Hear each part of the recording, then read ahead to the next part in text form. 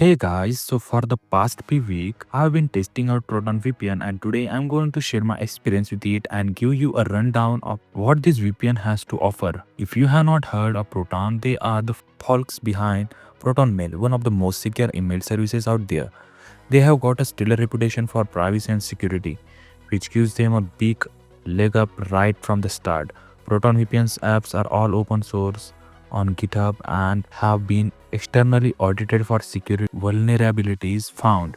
They have got a no logs policy that's been audited 3 times in 2022, 23, and 24. So they are serious about keeping your data safe. They even publish a transparency report showing how many times they have been asked for user info and denied every single request because they just don't have it. Plus, they are based in Switzerland, a country with some of the best privacy laws around.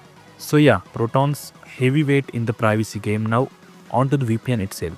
There is a free version that lets you connect one device to 150 servers across 3 countries. You get a medium speeds and unlimited data which is used for a free VPN since most cap you. Honestly, it is one of the best free options out there. But I have been using the paid version which steps it up high speeds 10 devices, nearly 1500 servers across 71 countries, plus extras like an ad blocker, streaming support, torrenting, and secure code. More on that in a second. The interface is super simple. You have got a map to pick your country or list of servers, like say Argentina.